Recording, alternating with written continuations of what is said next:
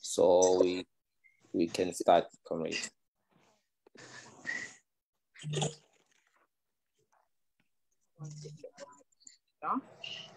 So we can start.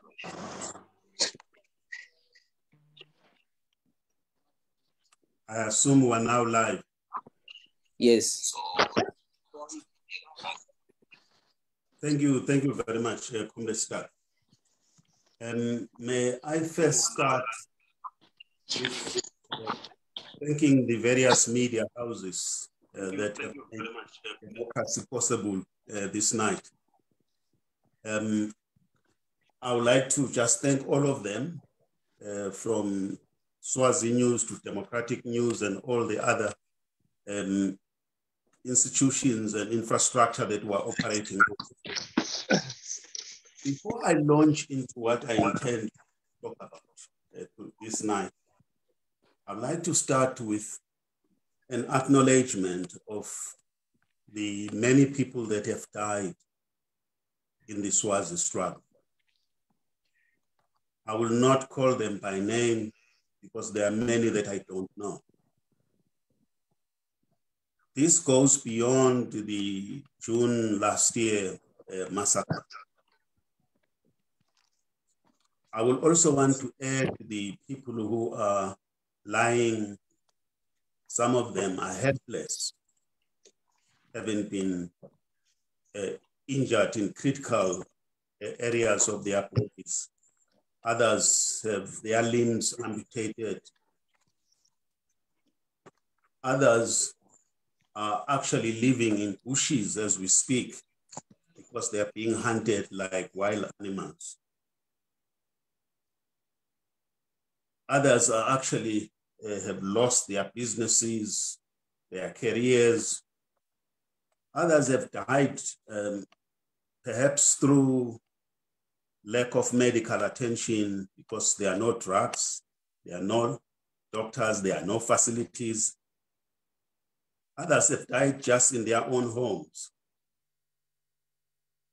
And this appears to be the general trend in terms of what the society under the leadership of the king is doing to us.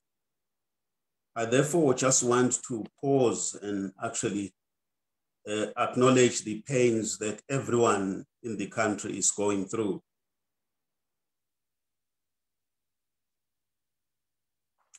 Thank you, comrade. Umankula, there used to be something called inyanza leyo. Umuntu umahlaba inyanza leyo mawuliva lilive lakhe bo lahla phasi noma ngabe yindlo yendaba noma ngabe ubambela ukhubu uyalima umisathi ngabe usuke ngematubane uyele lapho inyanza leyo ihlatshwa khona. In Swaziland, we've passed the stage of inyanza leyo. We are facing a critical situation in terms of the governance of the country, if there is any governance at all, the state of the economy, the security environment that is obtaining in the country, the lack of political will to actually create a viable state where everybody can have a stake. As a Swazi, and one also who has gone through some of the challenges that our country is pushing all of us, I've had time through maybe Letusonke to do more detailed research on some of what is taking place and why, if we continue to hope and pray alone, we will not resolve our problems.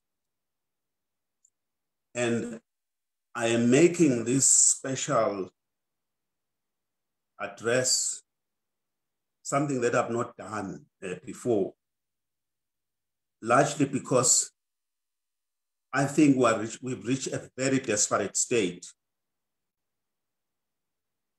The first part of what I need to ensure that we all understand is that we are not a poor country. In fact, when you go back to just before independence, if you look at the potential of the economy of Swaziland per capita, that is per person, and you look at other countries that were at our level at the time, some of them even worse. Botswana was below Swaziland. Mauritius was worse than Swaziland. Malaysia, Singapore, even mainland China, if you work numbers against a person, they were actually, some of those countries were poorer than us in 1969. And you can actually see the lost opportunity and opportunities for us to be a decent nation where we will all be waking up with something that we are looking forward to, either as work or as business or as young people going to school. Instead, we've created what is clearly now a mafia state. If you go through the details and the nature of this mafia state in Swaziland, you will actually see that we have what they try and call a dual system. A dual system, ngiloku sithi kune parliament, also sithi kunaletinye tindlela tesintu tekuphatsa live. Le parliament umhlobiso. The real government is operating beyond the reach of parliament. If ubuka exactly what's happening in the economy, the size of the economy is about 100 billion in Malange. About 25 to 26% of that is made up of Conco, the Coca-Cola concentrate company. The balance of the economy, you are actually talking close to 60% being actually controlled and owned by either the king, his proxies, and other people whose faces, if you were to seriously scratch and see what is behind, you'll actually find the king and members of the royal family.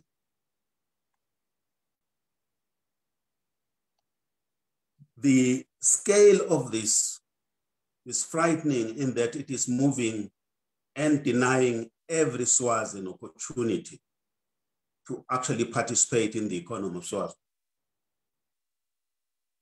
You look at their role now, even in services, even in trade, you can actually see that they are taking away every little space that exists.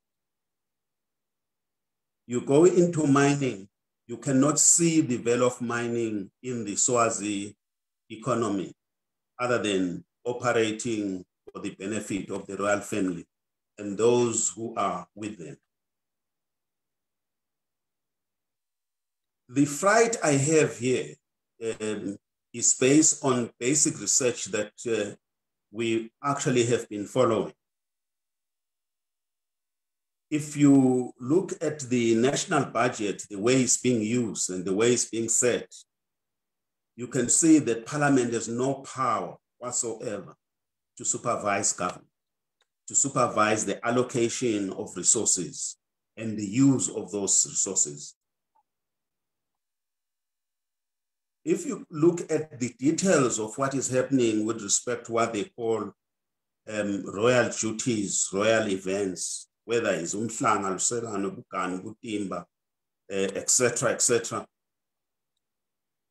These are things which you will have thought, given so much money that they are taking from the economy through TBO and other infrastructure, they will have no need to be using government to be further siphoning so much wealth. But that's what is actually being done. There is no separation of the king's personal business and interests to the interests of government. As a result, we are generally competing with the king in terms of everything that government is doing. This thing called the royal command has become the most damaging arsenal in the hands of the king and the royal family. Once a royal command is made, no law cannot be banned. They will ban the law in order to ensure that the royal command is actually respected. So whether you're talking about travels or you're talking about any activity that's being done for the royal family and money is required, the royal command will ensure that money is sourced from any department of government, whether budgeted or not budgeted. We have the biggest elephant right now, which is the aircraft that the king is actually using. This aircraft is supposed to be a private aircraft, but actually is a responsibility of government. This new airport and its infrastructure, all of it is intended to support a massive budget for something that has no purpose or value to the operation of the country. And we continue just to observe as Swazis as if there's nothing that we can actually do. Whenever they are doing international travels, you'll hear of 100, 150 people that are actually going. Why? Because government will pay. The so-called government that we have is a government by name.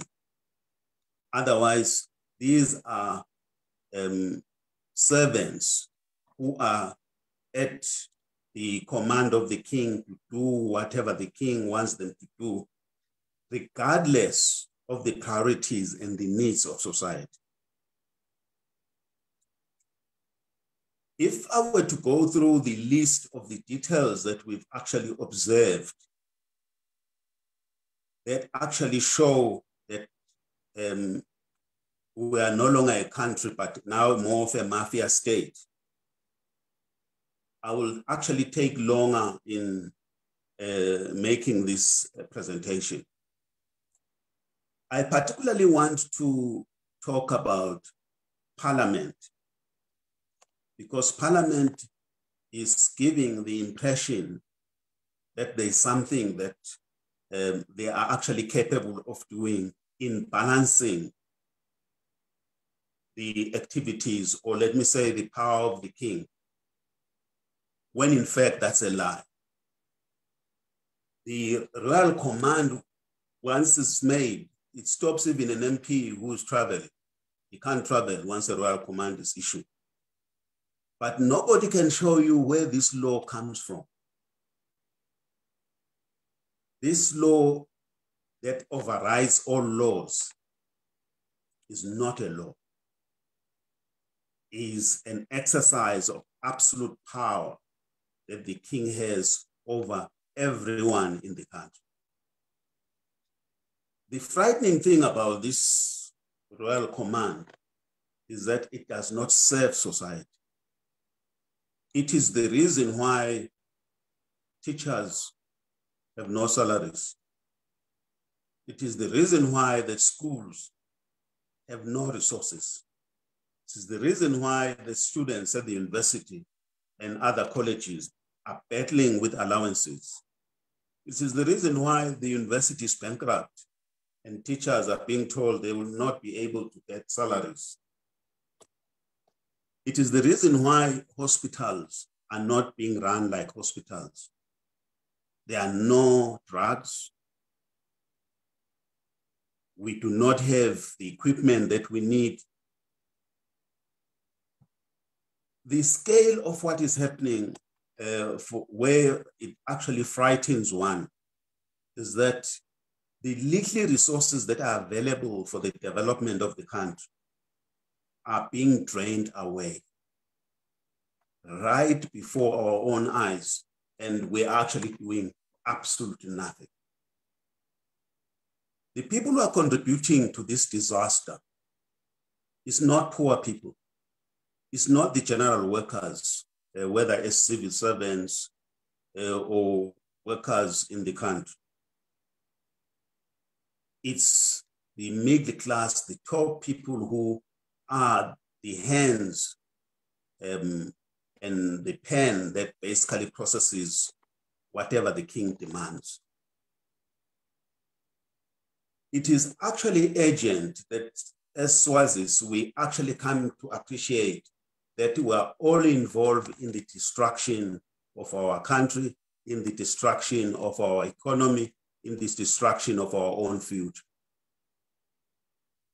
If we expect that the king or government will at some point stand up and say, we want to solve the problem, we want to create the basis for dialogue, to create a state that works for everyone, that will not happen. That will not happen. Why? Because they are living extremely comfortable lives. If you look at the share of the economy in terms of value, profits, and assets that are being operated by DB, the king has no business actually having any budget coming from government, because already the amounts of money that's being generated by DBO, which belongs to the people, is massive. If we were to take these companies and do an audit going back maybe 10 or 20 years, you will actually find that billions have been generated as profits from companies where DBO is a major shareholder. And these profits cannot be seen where they've gone to. And the truth of the matter is that these profits have been allowed to migrate or walk away from Swaziland to tax havens around the world. If we are not able to stand up to face these challenges as ordinary Swazis, as civil servants, as managers in the private sector, in government institutions, if we are not able to find a role to play to force that this country becomes a decent country that works for everyone, we must all know that our own children will have no future. They will actually become refugees around this region because there will be absolutely nothing for them in Swaziland. The level of destruction that's being done by, what if we're being honest, not just corruption, because now this level of corruption is literally looting the state. If you look at the scale of this, it says we do not have many years left for us to remain a viable state. Even now, it's a miracle that despite this level of corruption, we still have something called a country. But my point here is that it is time for us to persuade, embarrass if we need be, every person to stand up and find a role to actually liberate the country from this. I would like to also include in this sector that is apparently just standing aloof, the Swazi business. There are many Swazi business people who are successful in their small ways, despite the difficulties of being crowded out of the economy by bad players who are part of the syndicate that runs the country. And there are many people who want to see change taking place without them making any contribution to the liberation of the country. It is the responsibility of business, particularly Swazi business, to find a role to fund the work of national mobilization to force change in Swaziland. The strategy for change in Swaziland is not military, comrades and friends. The strategy for change is actually all of us Swazis deciding that enough is enough and roll our sleeves and actually go to where the power is to demand our country back. So long as we continue to make the struggle to be the problem of political parties, of existing civil society organizations, we will continue to be poor, live in a country that is hopeless. Our children will have no future. And if we do not take responsibility to ensure that our children have a future, we'll have no one to blame when another Fernandez comes in to rule us in Swaziland. Because all these people that are operating in darkness, we don't know with whom they are actually working. I want to include in this section of people and sectors in society that need to realize that we are where we are because we've allowed it. I want to include the students, the young people who have left school, the young students, or let me say the unemployed, because we are unemployed purely because we've allowed our resources to be stolen from us. I am today specifically trying to raise Inyanza Leo because we've reached a stage where we need everybody. We need everyone to stand up and realize that this country will be ashes if we continue to watch and hope. The members of the forces, whether it's the police or the army, they don't work for us, they work for the king. It is urgent that in their own space, they begin to look into how do they prioritize society? How do they work for society? How do they work to protect human rights, to protect civil rights of members of the public beyond the people that they are working for? What role do they play to actually ensure that we can have liberation, peaceful liberation in Swaziland? The anger that's being directed at them is very unfortunate, because for a junior officer who is just a civil servant, his family that is now called upon to go and bury their son or daughter because he has been killed is not something that we can celebrate. In Swaziland, we're all somehow related. It is important that even us in the liberation movements, whilst we have a right to defend ourselves, we have a right to defend ourselves, we have the right to defend society from being murdered like we were murdered from June last year. It's a right of us in the liberation movement to defend our families from the criminal activity of the state, where the state has now adopted criminal ways of responding to whatever grievances that they may have. Under international law, if the state believes I've committed a crime, their responsibility is to investigate the crime. Investigate the crime, charge me, committed a crime.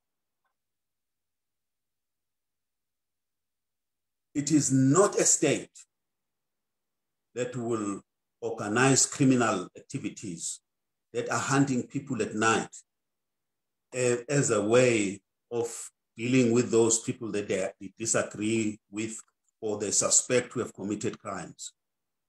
Only a mafia state operates this way. The fact that this is becoming the norm in the country is a sign that we are now fully a mafia state. I would like to appeal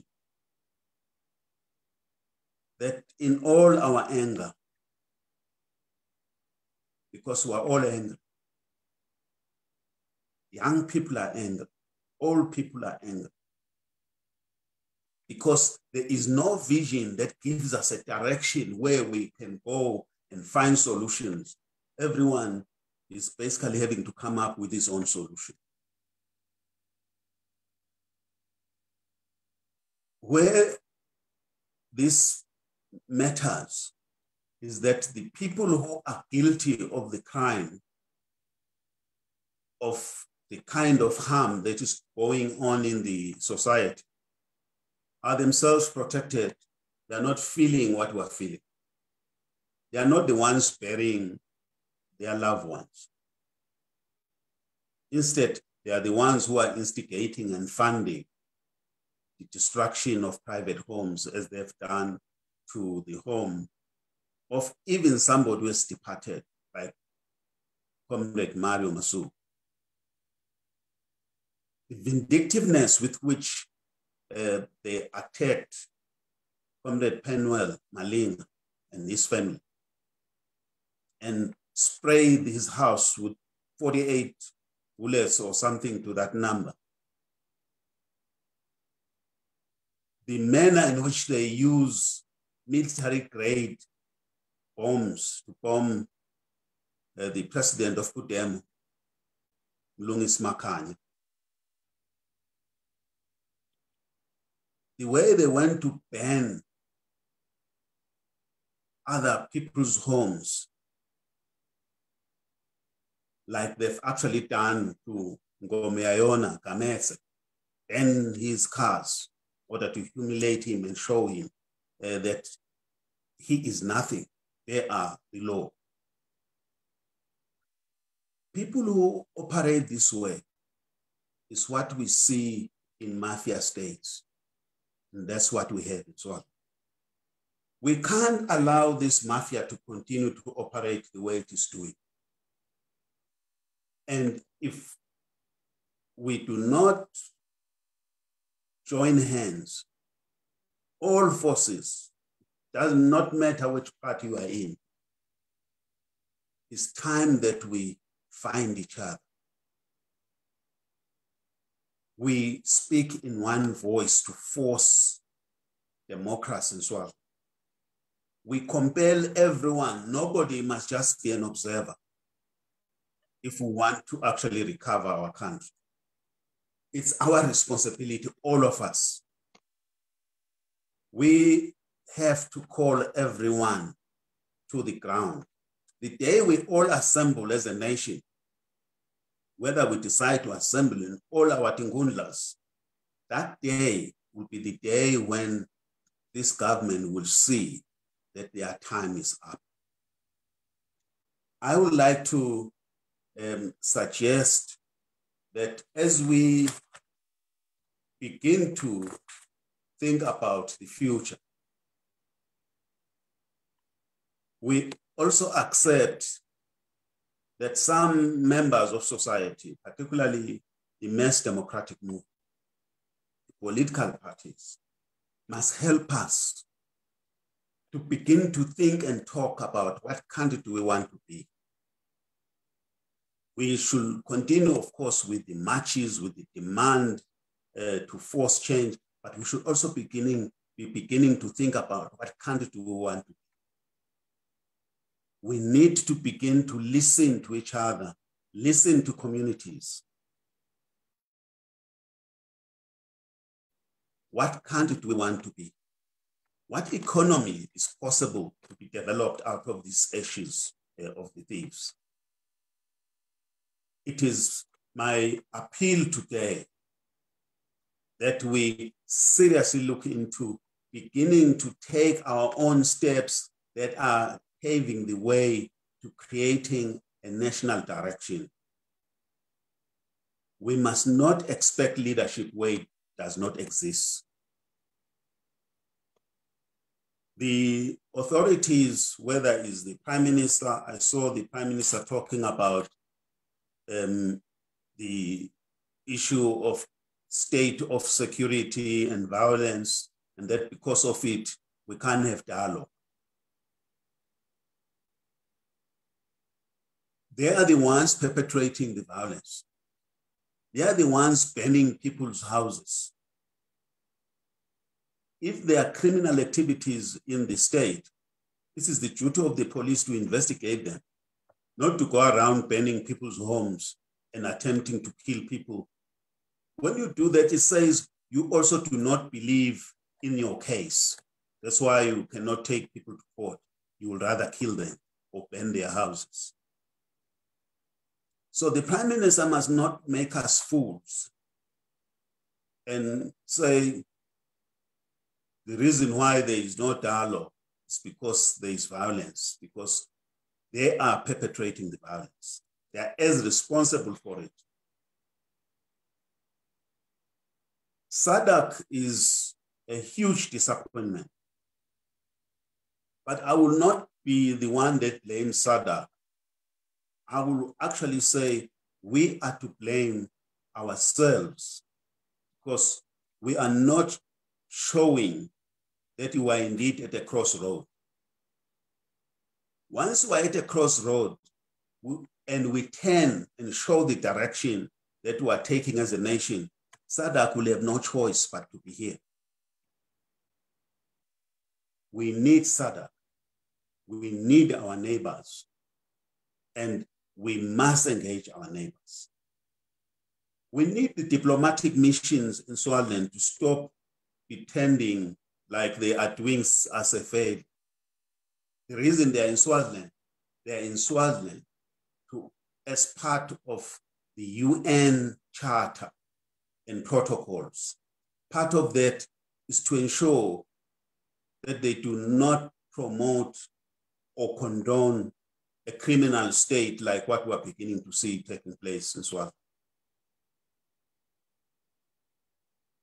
It is my to leave a few minutes to questions, because I understand there are a number of questions that people wanted to raise, and I would like to leave some minutes into that.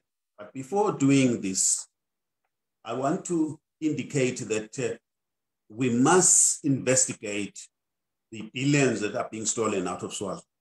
We must know where they've gone to, and we must be able to look into how we will bring back these resources, because you can't develop a country with so much of it, with more than 30 years of its wealth, 30 years of our country's wealth having been shipped outside the country. It is important that we do not take this lightly. We know that there are mineral resources that have been discovered as well. We know that there are activities right now to bring other countries into the space of mining. We must ensure that the iron ore mine in Ngwenya is the last mine that could be stolen and taken out of the country.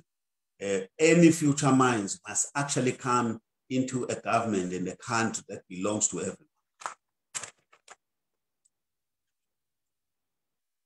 I therefore believe that amongst other things we will be investing into is to actually hunt these billions that have been stolen.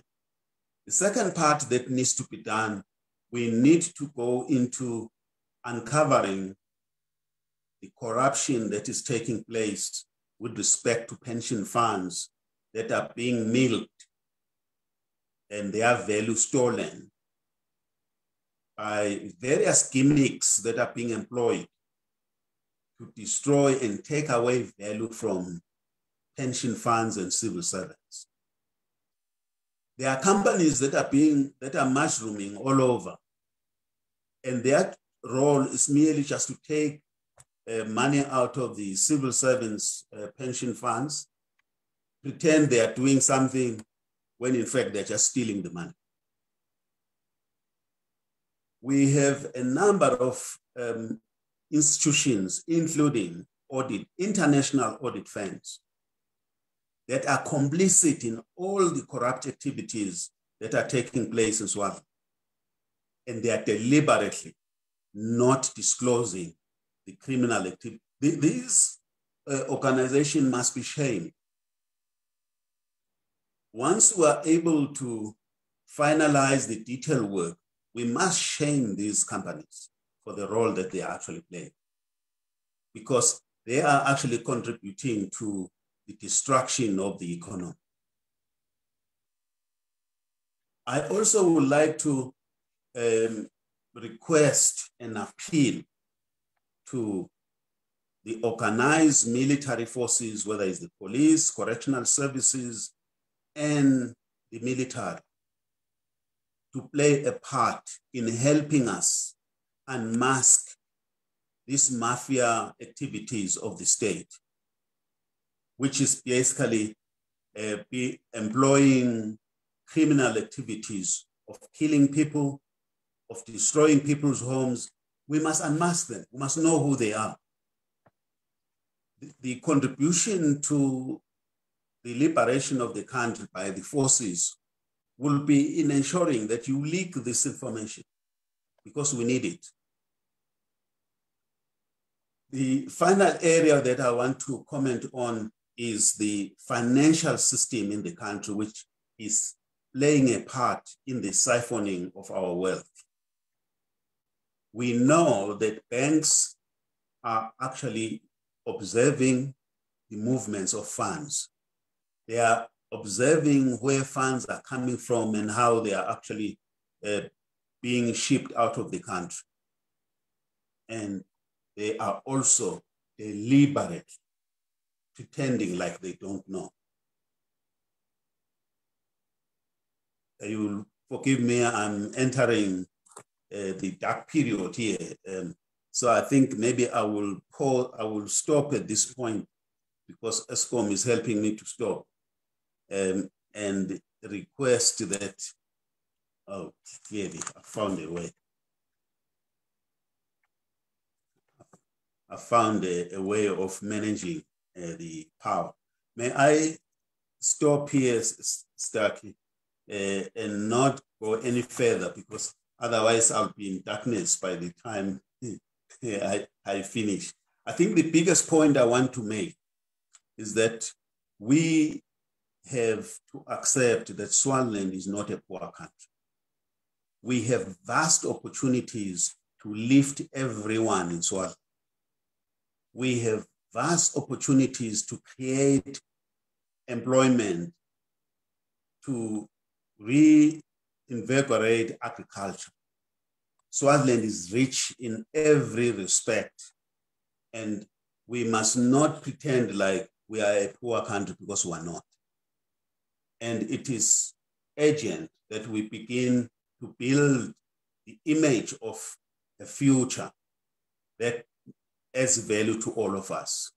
And I believe that a combined effort by the mass democratic movement, an alliance of all political parties, will be able to lead us to that. We will be over time producing reports that gives details of what I'm talking about this scale of corruption. As a parting shot that gives an example of what I'm talking about, we have what is called a farmers' bank in Swaziland. A farmers' bank, if you look at all the documents associated with it, is another corrupt scheme that's being put together by those in power. And it is covered by this so-called royal command. In terms of the laws of Swaziland, the farmers' bank does not qualify. If anything, that's another criminal scheme that's actually being cooked. And it is involving both the Minister of Finance and the central bank. And that should not be allowed. But I can't cover everything that I have because I would like this to be a bit of a conversation and allow people to have something to say. Thank you, Star. Yeah, thank you very much, Mhaise, for your wonderful presentation. Sibonga kakhulu, Ngwane. Kuna two questions that have been asked so far, and I would also request to see if Makeba from Swaziland Democratic News, if there is a question that you wish to ask, please indicate on the chat. While you indicate on the chat, and I'll put the two questions, Mhaise, then we are open, then I'll go to the Twitter space and take few questions. Then we are gonna Makeba if atabena question. The first question level see there seems to be serious disunity amongst the progressive forces in Swaziland. Yet ku presentation yakho ukhuluma indzaba yekuthi kufuna sibe imbumbe sibe munye stokhona bulala le what I would call the elephant. What is the thing that we need to do as Swaziland to find each other with the issue unit? The second one is that sibonile kuvela kuletinye tindzawo ukuthi you've indicated your availability for Putemo leadership as Congress comes. The question that comrades and others are asking is why now? And what is it that you are going to be bringing to the organization and to the mass democratic movement? If you can answer those quickly, Mhaise, while I wait for other questions. Thank you, Stark. I'll start with the last one because it's at the center of many questions. Firstly, in the organization I belong to, them, we have what we call inner party democracy. That is, within the party, members have rights and duties. One of those rights is to participate in the affairs of the organization. It's not a crime in Putemo to be somebody who has aspiration to participate in leadership. And one of the reasons why I may have thrown, as I have, thrown my weight and hat on the ring is not because I undermine current leaders. I have great respect for the leadership that we actually have and what they've been able to do. I do not believe that my participation will bring someone that, because now there's me, something will actually change overnight. But I also believe that one of the mistakes that we make in the struggle is to limit our capacity. I've had advantages that I think are going to be helpful in the political arena in the country. One of those advantages, in 1996, I got involved in a massive study of other governments particularly successful governments, models of successful countries. I went through it in detail, and I came back, I mobilized business because I was in the business community. And I said, one of the things we need to do is to invest in contributing to a new Swaziland, not the Swaziland we're in, and learn from successful nations. One of the things that you will find in most successful nations, they will have very good and strong, successful political parties.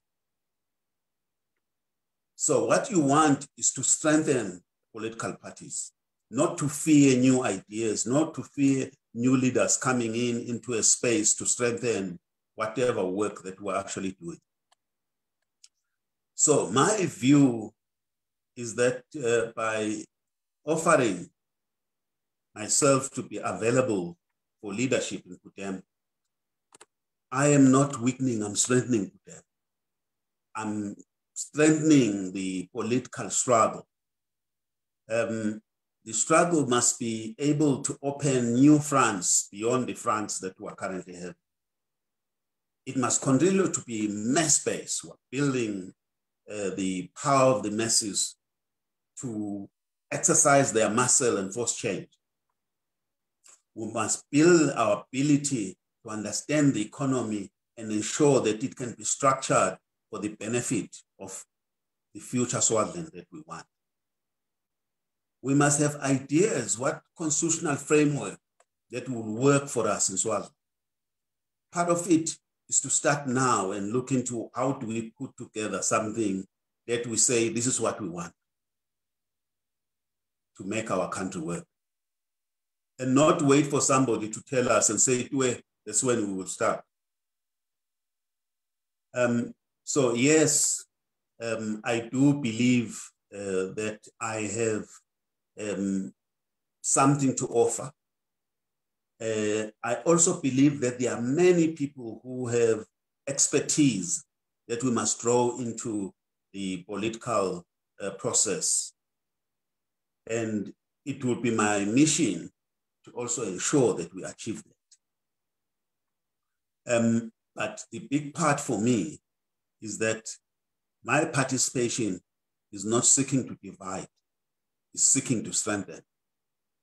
I am offering to be part of the leadership, not to weaken the leadership, but to strengthen the leadership. And if anybody feels that, because you've not been in political leadership, or you've been playing other parts, you should not be offering yourself. That's not democracy. The country that we want is a country where every citizen must have a right to vote and to be voted into office. And that right, we must start developing the feel for it in our own political parties. So anyone who's intimidated by political participation or political contestation has not yet come to understand politics. Politics is about developing ourselves, have the capacity to contest each other, to strengthen each other, to negotiate each other. If we can't do that ourselves, how are we going to negotiate with the people outside our own party? So I have no worries about my offer to participate, that it is intended to strengthen. Of course, the journey associated with political contestation is a difficult one in the sense that we have emotions that come into it. We will begin to also talk and make stories about each other. In politics, that's very common, that people coming up with imaginations, why this one is an enemy, why this one is this or that. That is what we must attempt to avoid. So for me, comrades, political participation is crucial, that we must encourage it. But the final point about my participation, I come with many years of experience in organization. They may not be in leadership of Pudem. The highest leadership I've had in Pudem was being a national organizing secretary. That's the highest level of leadership, because I was actually in employment. I think some of the areas where some of us are keen to play a part is in building teams, is in strengthening leadership, is in driving schools of governance, is in instilling principles and values of political decency. The purpose of a political party is to serve society. It's not society to serve the party.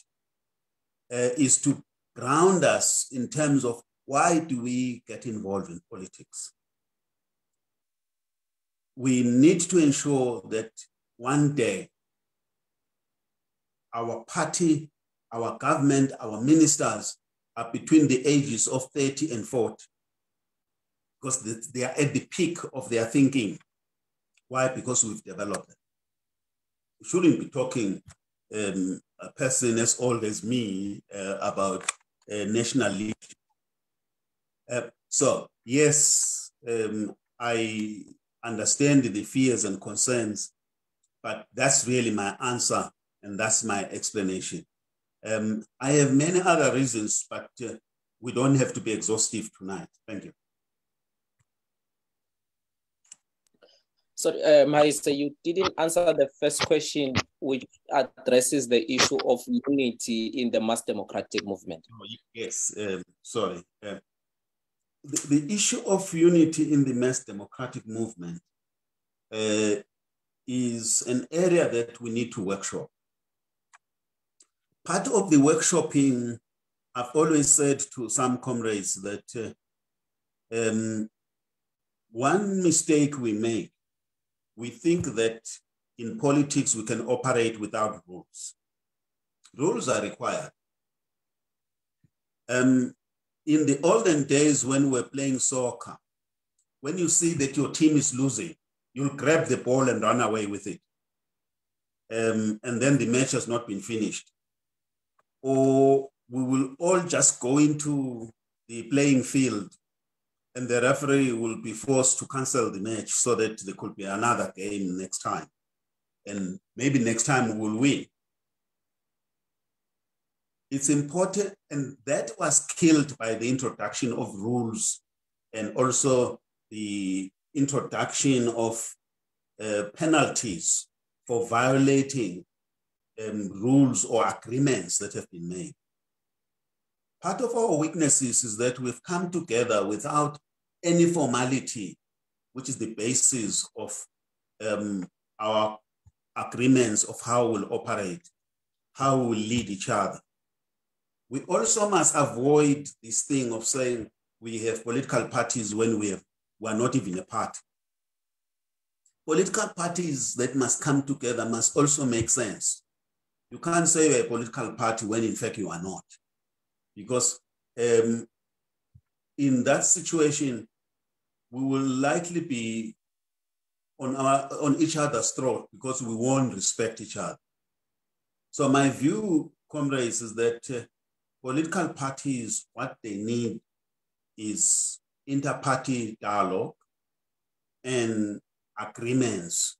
There could be collective agreements, but there could be inter-party agreements, which are basically seeking to lay the foundation and the basis for collective action. I believe that some of it is about just goodwill. We will contest each other in the open space, but we should be able to know how to work with each other. And I think that is possible. But for that to happen, we do need to have formal agreements and the basis so that we are able to take each other, hold each other to account for our behavior. Yeah, asibonge Mhayiswa. Let me request these ones on Twitter. Whoever wants to speak, please request the mic. There are three questions, Lovely Mhayiswa. I think we will just have the last 15 minutes of our session, then we close because of load shedding and also understanding that we took quite some time here. The first one is kula malanga sibonile Mswati abeka bobabe tikhulu ingendlela le in an unprecedented way. Should we be worried as Swazis? Is the regime trying to fortify itself and rebuild its stronghold there in the rural areas? The second one is, we saw the emergence of the solidarity forces, which have been celebrated by a better part of our society, a majority of our society, and has become a shield in a way for a Maswat. What is your position around the issue of the defense of our people? The third one is sivile ukuthi kutholakele minerals in Swaziland, and we see Mswati flying all over the world trying to find them investors, and now he's currently in Taiwan. What is the future Swaziland position on the question of China and Taiwan? Ngicabanga ukuthi ngawugcina lapha kwanyalo, and then check those labafuna khuluma on the Twitter space while you respond to those questions. Thank you. The first one is on chiefs. I think if you were to do a proper study, you will find that in Swaziland, you have chieftaincy disputes all over the country. The reason is that the protocol of chiefs, which even Sopus are never interfered with it because it's older than even Sopus. The protocol of the appointment of chiefs is that a chief is not appointed by the king. He's appointed by his own people according to their own traditions. The role of the king is to bless what they have done. What the king has been doing is to appoint his own people as chiefs and interfere with the traditional way in which chiefs have always been appointed. But I have beyond this, I personally want to state that the royal family and chiefs as a system of governance without reform is unworkable. Chiefs have basically adopted mechanisms for using our land as a way of making money for themselves. They've adopted mechanisms of stamps that you must pay 50 Rand to get a stamp. There is no reason whatsoever why any legitimate Swaz needs to get a stamp from the chief when you have an ID. Your stamp should be your ID. If you have an ID, you should be able to go and access whatever public services that the country is offering. You don't need a stamp by the chief for you to get a scholarship. That is part of the scheme that is being employed to subjugate and ensure that Swazis are more like slaves rather than citizens. If you are a citizen, a government works for you. You don't work for the government. The government works for you. It is at your service. So on the issue of chiefs, the key thing I want to mention is that chiefs are no longer operating the way chiefs used to operate. Why? Because the king has taken over the appointment of chiefs. The last part I want to mention on chiefs, it does not make sense to have administrators who are born to be administrators. They are not the best people that society can produce. They are just chiefs. I don't have a problem with a chief being there to be able to administer cultural and customary issues if they're experts on them. But I have a problem with chiefs being drawn into public services that should be delivered by government. I have a problem with chiefs that have power over land that belongs to the people. I have a problem with chiefs that are not trained to be administrators and leaders, but they're just being imposed. So for me, there's a lot of work needed to reform even the chiefs and their role in society. Solidarity forces, as I said in my main comment, there's a lot of anger in Swaziland. We're all angry. Angry that we have a Goliath who basically is using his power to devour all of us. We're being made poor, and not just being made poor. Our rights as citizens, every citizen has a right in terms of the United Nations protocols, conventions, and even the Human Rights Charter. We have rights even in terms of the so-called laws of Swaziland, but none of those rights are being respected. And we've seen people being killed, and not one day have we seen either Parliament forcing a national inquiry as to why this happened. They are also scared of the king. They are also scared of the power of the king over them. If you create a situation where society has no voice, there is no platform to have a grievance, they have no platform to hold people to account, and the people in power, they use the power of a gun to silence everyone. What do you expect? That anger will lead to the kind of situation whereby you have members of the community basically saying enough is enough.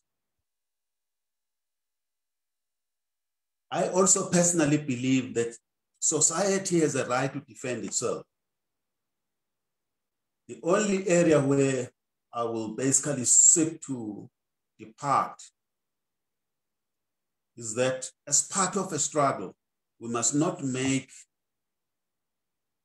junior police officers, junior army officers the subject of our anger, that if they have not committed any discernible crime, we'll take our anger on them. My only problem with the forces is that they have not taken a stand with the people. We need the police to take a stand with society. We need the police to play a part in unmasking the people who are killing us, the people who are burning our houses. But at the same time, we also need to ensure that we will not, in our name, in the liberation struggle, kill a police officer just for being a police officer, or a civil servant just for being a civil servant. But we will defend ourselves whenever we are able to see that this police officer, this soldier, or whoever has actually played a part in harming our people. We have to hold to account the government, the king, the parliament. They must be held to account for the wrongs that have actually occurred in our country, the killings that have taken place. The only sensitivity I would call for is that in our anger, let's avoid making innocent police officers also the subject and of basically our anger, and basically take out vengeance against every police officer. Every family in Swaziland must actually feel that their son has died because he got involved in despicable things in terms of, if he was a police officer, was involved in despicable things. And those who actually executed this were in defense of society, were in defense of the struggle. That would be my comment on the issue of solidarity forces. But my prayer is that we must actually be clear that the strategy for change, the strategy that will bring down the government, is all of us coming together and basically taking decisive action and saying enough is enough. We all leave our homes and we go to basically camp in all the Tinkundlas and demanding the end of this Tinkundla system and take back our power to elect a government of our choice. Yes, on the issue of minerals. Minerals have been found in Swaziland. We are hearing a lot about it. If the past 40, 50 years have anything to tell us, is that no matter how rich Swaziland is, this wealth will not develop us. This wealth will not contribute to the economy, will not contribute to improving schools or improving hospitals or lifting the standard of living of Swazis. This wealth will actually go in the same way that the rest of the wealth of the country has disappeared.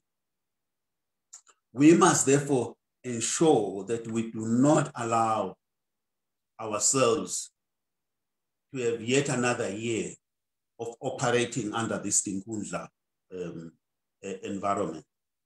Maybe at this point, I must just mention, comrades, that one of the urgent assignments we need to really undertake is an agreement that the Tinkundla system is unworkable. It's an agreement that you can have the parliament under this system coexisting with massive corruption, as I've been trying to illustrate. I could not even finish the depth of the list of things that we're looking at where corruption is showing itself in Swaziland. And that is taking place with parliament being placed in front as if there's some semblance of democracy. That's a lie. Anyone who says we can be able to go to parliament and hold the king to account is not telling the truth, because that will not happen.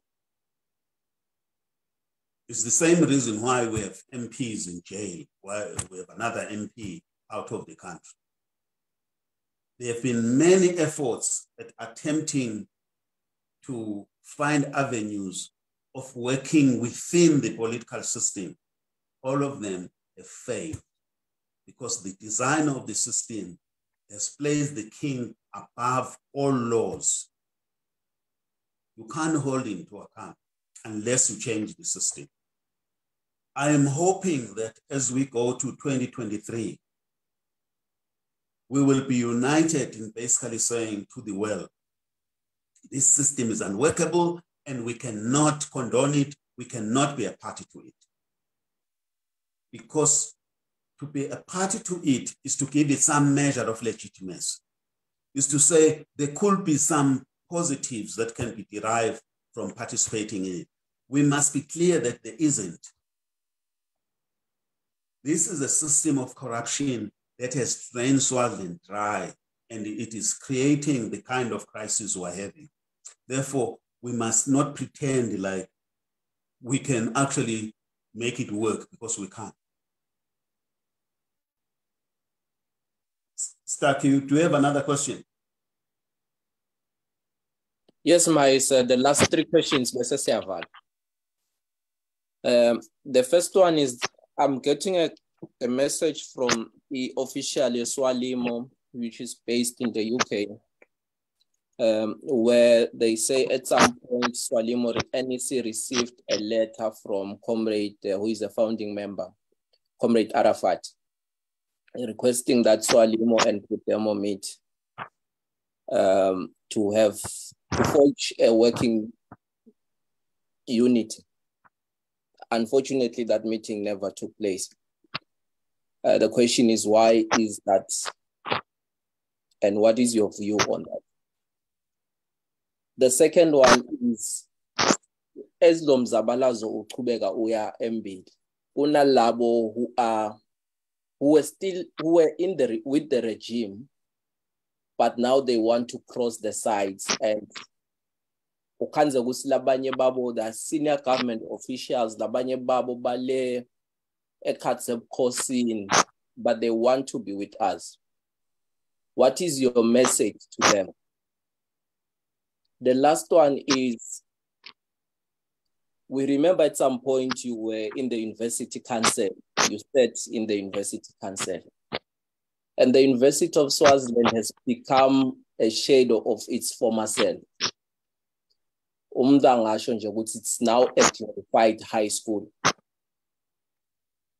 What is it that needs to be done to revive and transform that institution, to bring the intellectual and the intellectuals that need to develop society?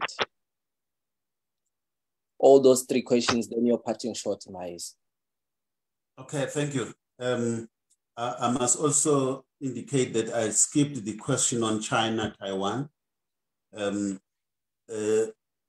I will not make a policy for political parties and the mass democratic movement, but I'll express my own opinion. China is the second largest economy in the world in every sphere. And if Swaziland wants to be part of the future growth of the global economy, you will not want to be working with Taiwan as your main sponsor. We should be working with China and looking into how do we benefit from this large tiger, and in terms of our own economy, in terms of ideas, in terms of organization, even in terms of political organization. The Chinese have produced unbelievable work around taking people out of poverty.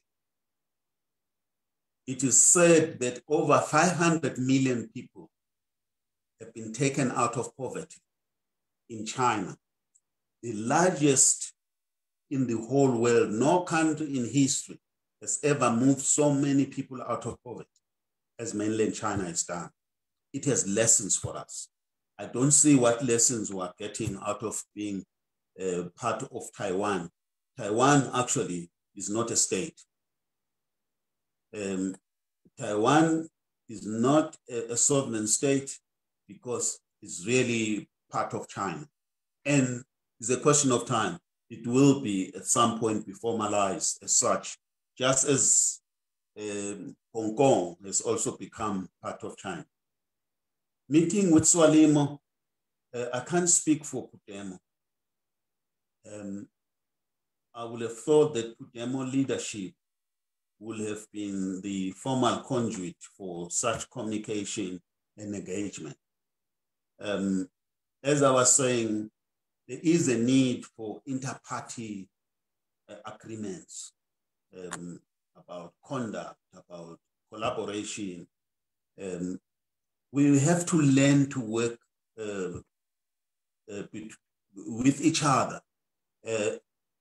I mean, we want to have dialogue with the enemy, but we cannot have dialogue with ourselves. For me, there is a need for us to seriously improve our communication and our public relations, even between ourselves, on our own matters. On the issue of members of the Swazi intelligentsia, members of the royal family who want to join the struggle, it is never too late. I am personally aware of many professionals who have thrown their weight to say, we want to support, we want to play a part, but because we're in professional spaces, please allow us to remain anonymous. We have to open our arms, open our hands, and encourage participation.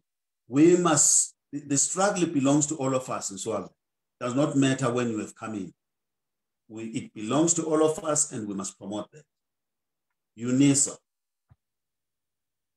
I went to UNISA, and when I was at the varsity, I didn't feel that I was getting the best education.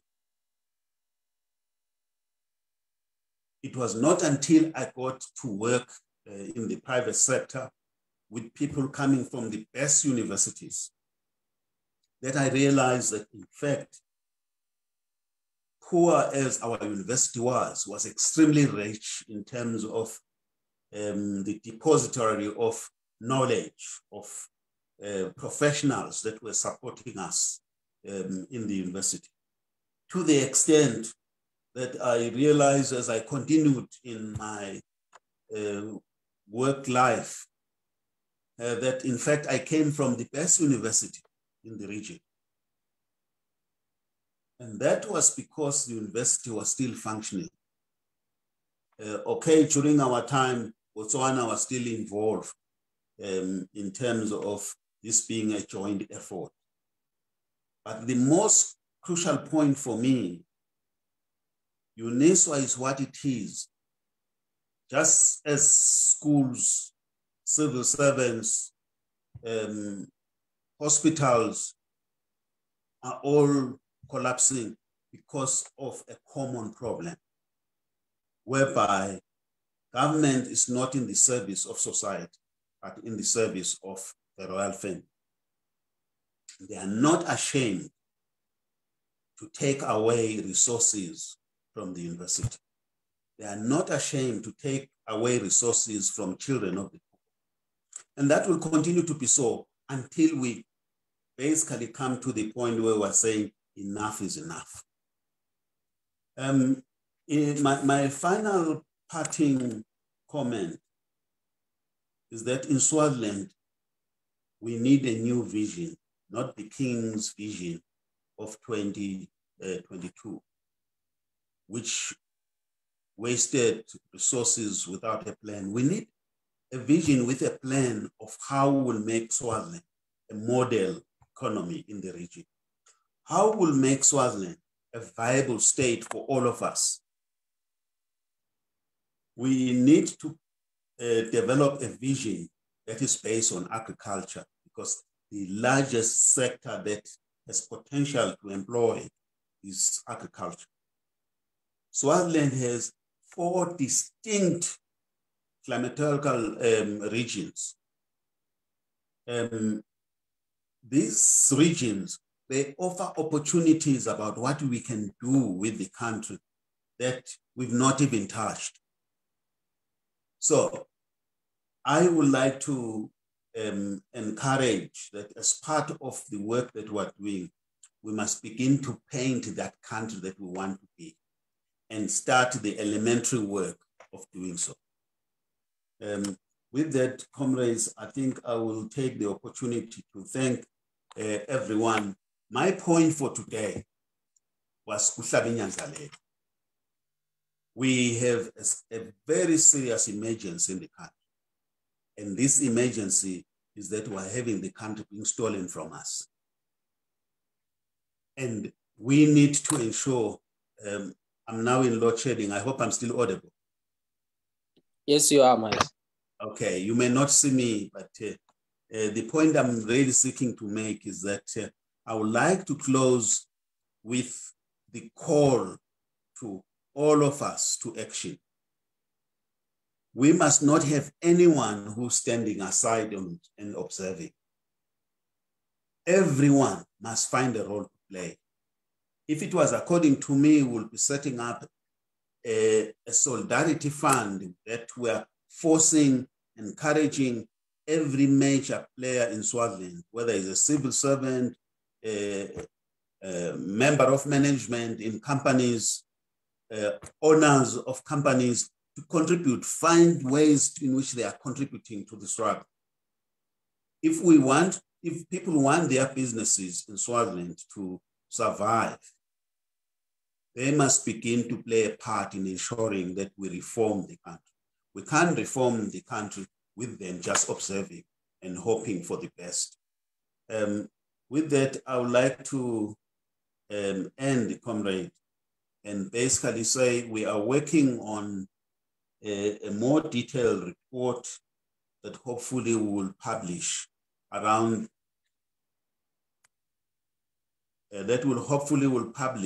around the scale of corruption that is taking place and the players who are actually involved. And some of these things we're talking about includes people in high places, not just the king, include people who are ministers of state, includes people who have influence over and who have run institutions like even the office of the Prime Minister. So I'm looking forward to the day when we will publish this. With that, thank you very much. Thank you for listening. Thank you very much, Maswatla. Unfortunately, we've come to the end of our discussion. We hope to have more engagements. We're hoping also the reports that Comrade Mandla is talking about, Staitola, and share it. Thank you very much. Nilalega. Aluta continue.